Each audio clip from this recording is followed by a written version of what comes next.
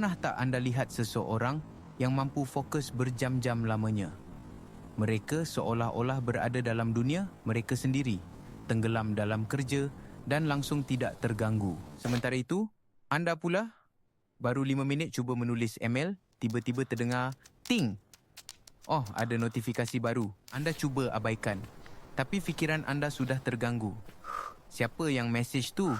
Penting ke? Cek sekejap je lah. Akhirnya anda tewas. Anda capai telefon. Apa yang sepatutnya sekejap bertukar menjadi 30 minit scroll tanpa henti. Selamat datang ke realiti kerja di era moden. Kita hidup dalam keadaan yang kita panggil kerja cetek atau shallow work. Kita sentiasa sibuk. Membalas email, menghadiri mesyuarat, menjawab mesej. Kita rasa produktif. Tapi adakah kita benar-benar menghasilkan sesuatu yang bernilai? Inilah masalahnya. Otak kita telah dilatih untuk ketagih kepada gangguan. Setiap notifikasi, setiap like memberikan suntikan dopamin kecil yang membuatkan kita rasa seronok. Kita menjadi seperti tikus makmal yang menekan butang berulang kali untuk mendapatkan ganjaran. Kita menukar fokus mendalam dengan keseronokan sementara. Tetapi ada satu lagi cara kerja yang berbeza. Cara kerja yang diamalkan oleh para pemikir, artis dan inovator terhebat. Ia dipanggil kerja dalam atau deep work. Konsep ini dipopularkan oleh Cal Newport. Beliau mentakrifkannya sebagai aktiviti profesional yang dilakukan dalam keadaan konsentrasi bebas gangguan yang menolak keupayaan kognitif anda ke hadnya. Kerja sebegini mencipta nilai baru, meningkatkan kemahiran anda dan sukar untuk ditiru. Fikirkan seorang programmer yang menulis kod yang kompleks, seorang penulis yang menghasilkan sebuah novel, seorang saintis yang menyelesaikan satu hipotesis. Ini adalah kerja yang benar-benar penting. Kerja yang membawa kepada kemajuan, bukan sekadar kesibukan. Persoalannya, jika deep work begitu hebat, kenapa tidak semua orang melakukannya? Kenapa ia begitu sukar? Sebab pertama, otak kita secara semula jadi malas. Ia mengikut laluan rintangan terendah.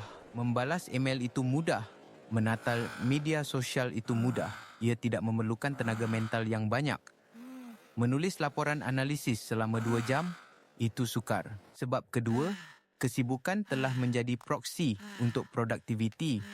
Dalam banyak persekitaran kerja, kelihatan sibuk lebih dihargai daripada hasil kerja yang sebenar. Membalas email dalam 30 saat membuatkan anda kelihatan responsif dan cekap, walaupun email itu tidak penting. Sebab ketiga, dan ini yang paling mendalam, kita takut akan kebosanan dan kesunyian. Kita telah melatih otak kita untuk sentiasa memerlukan rangsangan.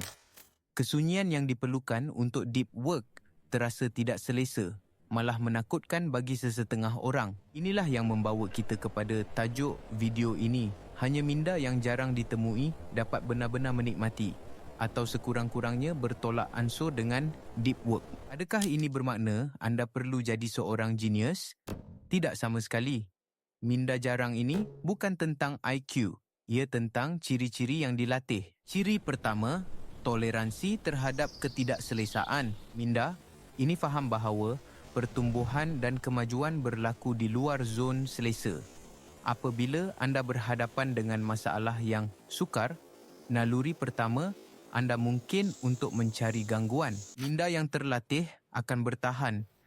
Ia akan duduk dengan perasaan tersekat itu dan terus bergelut dengan masalah tersebut.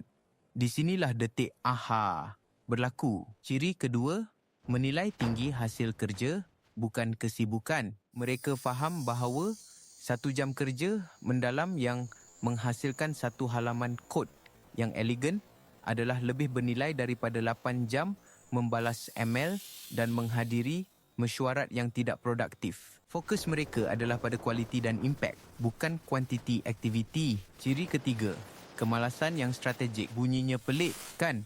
Tapi minda yang jarang ini malas untuk melakukan kerja-kerja cetek. Mereka akan melakukan apa sahaja untuk mengurangkan atau menghapuskannya. Mereka membina sistem, mencipta ritual dan bersikap kejam dalam melindungi masa dan tenaga mental mereka untuk perkara yang benar-benar penting. Jadi, setelah mendengar semua ini, adakah anda memilikinya? Mungkin ada sedikit, mungkin belum ada langsung. Jangan risau, berita baiknya, minda untuk deep work ini boleh dilatih. Ia adalah satu kemahiran, bukan anugerah kelahiran. Berikut adalah algoritma praktikal untuk mula membina minda ini. 5 langkah yang boleh anda mulakan hari ini. Langkah 1, jadualkan sesi deep work anda. Layani ia seperti mesyuarat yang paling penting. Lindungi masa ini.